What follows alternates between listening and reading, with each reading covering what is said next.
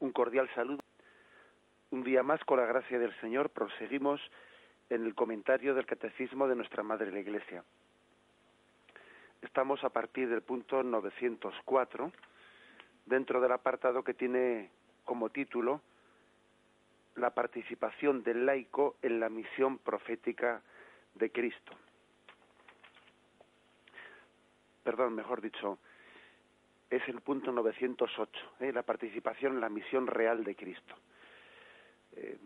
La participación en la misión profética de Cristo es ayer, cuando lo hicimos, y antes de ayer fue la misión sacerdotal. Nos faltaba, pues, la participación del laico en la misión real de Cristo, que es a partir del punto 908. Bien, vamos a comenzar a leer el primer punto y luego lo vamos comentando. Por su obediencia hasta la muerte, Cristo ha comunicado a sus discípulos el don de la libertad regia para que se vencieran en sí mismos con la propia renuncia y una vida santa al reino del pecado. El que somete su propio cuerpo y domina su alma sin dejarse llevar por las pasiones es dueño de sí mismo. Se puede llamar rey porque es capaz de gobernar su propia persona. Es libre e independiente y no se deja cautivar por una esclavitud culpable. Aquí se cita un texto de San Ambrosio. Bien, antes de hablar pues de la misión real, de ser reyes en este mundo, ¿no?, que también es una vocación que tienen todos los laicos, todos los seglares por el bautismo, lo primero que hace el catecismo, pues con un sentido muy grande de realismo, es comenzar por centrar esa realeza en nosotros mismos. ¿Cómo vamos a gobernar el mundo? O sea, es decir, el cristiano está llamado a ser rey en el mundo, a gobernar las cosas creadas, ¿no?, a ejercer un señorío. Cristo es Señor, pero también nosotros en Cristo tenemos que ser señores del mundo. ¿Cómo vamos a ejercer un señorío sobre el mundo si no lo ejercemos en primer lugar sobre nosotros mismos? El primer lugar en el que tiene que ejercerse ese señorío, antes del entorno en el que nos movemos, antes de la sociedad, antes de la política, antes de un montón de entornos en los que el seglar está llamado a ejercer ese señorío, en primer lugar y por encima de todo, estamos llamados a ejercer ese señorío sobre nosotros mismos. Sobre nosotros mismos. Aquí el concilio cita un texto, el texto de Filipenses 2, 8, 9, en donde se dice que Cristo fue obediente hasta la muerte y una muerte de cruz. También nosotros estamos llamados a morir al hombre viejo para nacer a una vida nueva. Bien, digo que es un principio de realismo muy grande, porque a veces puede ocurrir que nosotros hagamos una visión poco realista, en la que hablamos de las planificaciones pastorales, de cómo ordenar la pastoral, de cómo ordenar el mundo, cómo hacer un planteamiento, un organigrama que puede consistir en hacer un mundo más justo, más perfecto, más solidario. Podemos hablar de intentar ordenar el mundo según los valores de Cristo sin haber comenzado por casa. De poco puede servir hablar de esos valores de un mundo solidario, etcétera, etcétera, si uno no ha comenzado por aquello que es su reino interior, por gobernar nuestras pasiones, por poner orden en nuestro mundo interior. A veces es mucho más fácil no ponerse a ordenar la casa ajena que la casa propia, el mundo exterior que el mundo interior. ¿Cómo vamos a ordenar el mundo interior en un mundo más justo, más solidario, cuando no hemos empezado por ordenar la casa propia? Este es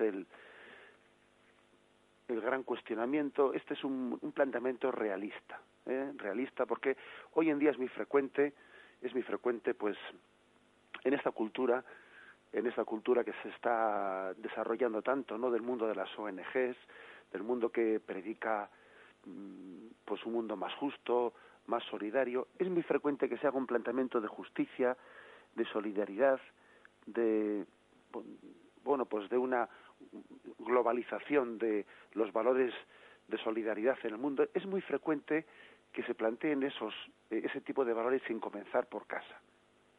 Y cuando digo por comenzar por casa, me refiero sin comenzar por ordenar mi propio mundo interior.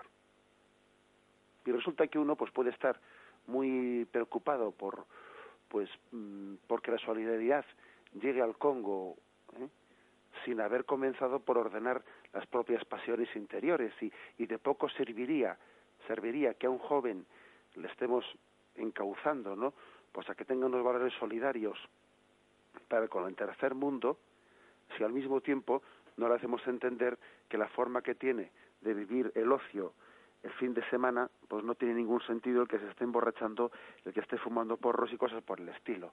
¿Qué tipo de ideales está queriendo plasmar en el tercer mundo para hacer un mundo más justo y más solidario si no empieza por sí mismo?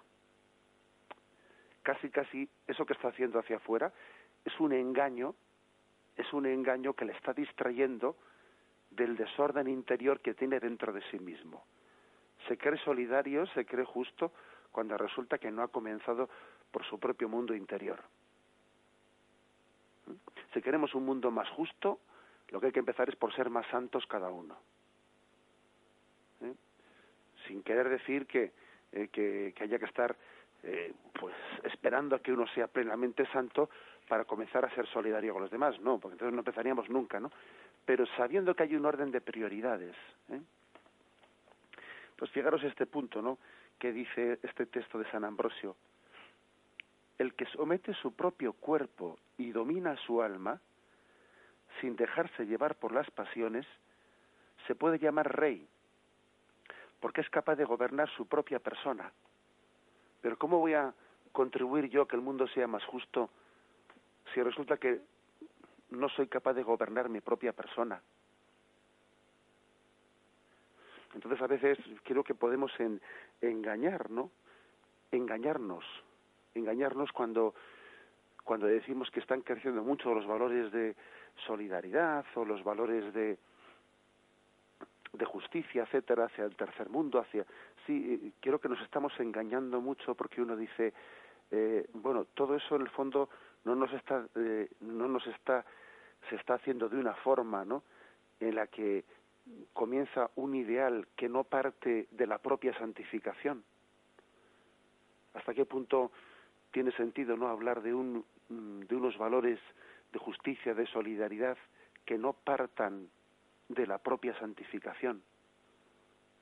Esto no quiere decir que no nos alegremos, ¿no?, de que existan esos procesos de de sensibilización cultural, de solidaridad, pero que no están planteados cristianamente si no comienzan por la propia conversión. Nadie puede ser rey en el sentido de querer ordenar las cosas del mundo conforme a la justicia si no comienza por ordenar su mundo interior, sus propias pasiones, sus propios pecados. Y de poco sirve denunciar la justicia que existe en el mundo exterior si no comenzamos por denunciar la injusticia que existe dentro de nosotros, mi propio pecado, mi propio desorden. Es pues un contrasentido el que en nuestra cultura sea tan sensible hacia unas cosas y tan insensible hacia otras, especialmente las que hacen referencia al desorden de las pasiones interiores, porque todo es un conjunto. Y un punto más que creo que hay que decir: esto que dice este punto del catecismo lo encuadra dentro de lo que se llama la libertad, el don de la libertad regia. Solamente se puede ser libre, solamente se ejercita la libertad de los hijos de Dios, pues cuando uno es capaz de ser dueño de sus pasiones. Porque aquí una de dos: o se es dueño de las propias pasiones, o es tu voluntad la que conduce tu vida, o de lo contrario eres arrastrado por tus pasiones. Y ahí no hay punto intermedio.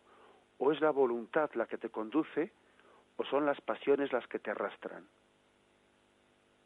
Luego, ser rey, ejercitar esa misión real que tiene el cristiano en el mundo, supone también conducir la voluntad, ¿no? Conducir la voluntad y desenmascarar un mundo que a veces se cree que es libre, pero que no es libre.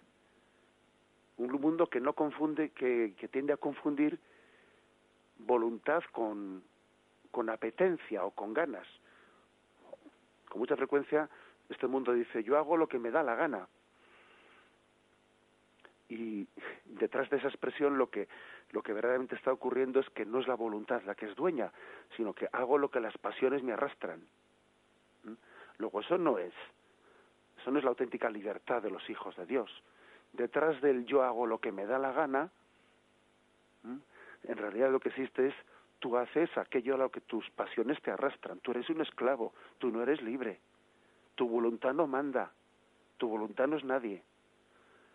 Es muy frecuente pues en nuestros días confundir voluntad con deseo. No es lo mismo la voluntad que los deseos de las pasiones, no es lo mismo. Este mundo lo confunde. Nuestra voluntad debe de conducir las pasiones. Hay veces que queremos, incluso en contra de nuestras pasiones. Y sin embargo, hoy en día, pues hasta que no lleguemos a descubrir, ¿no?, que el verdadero rey, que el señorío, que la verdadera libertad consiste en ser dueño de nuestras pasiones, pues si no empezamos por ahí, difícilmente construiremos un mundo más justo. En resumen, que el primer punto del Catecismo, en el 908, es partir de un punto realista. Es decir, si se trata de cambiar el mundo, comencémonos por cambiar nosotros mismos, siendo libre de las pasiones, libre de ser arrastrado por ellas, ejerciendo el señorío sobre nosotros mismos, sobre la verdadera libertad, porque ser libre no es hacer lo que me viene en gana, no, ser libre es hacer aquello que mi conciencia entiendo que es bueno, que es distinto, que es muy distinto. La libertad, pues, es la capacidad de ordenarse para el bien.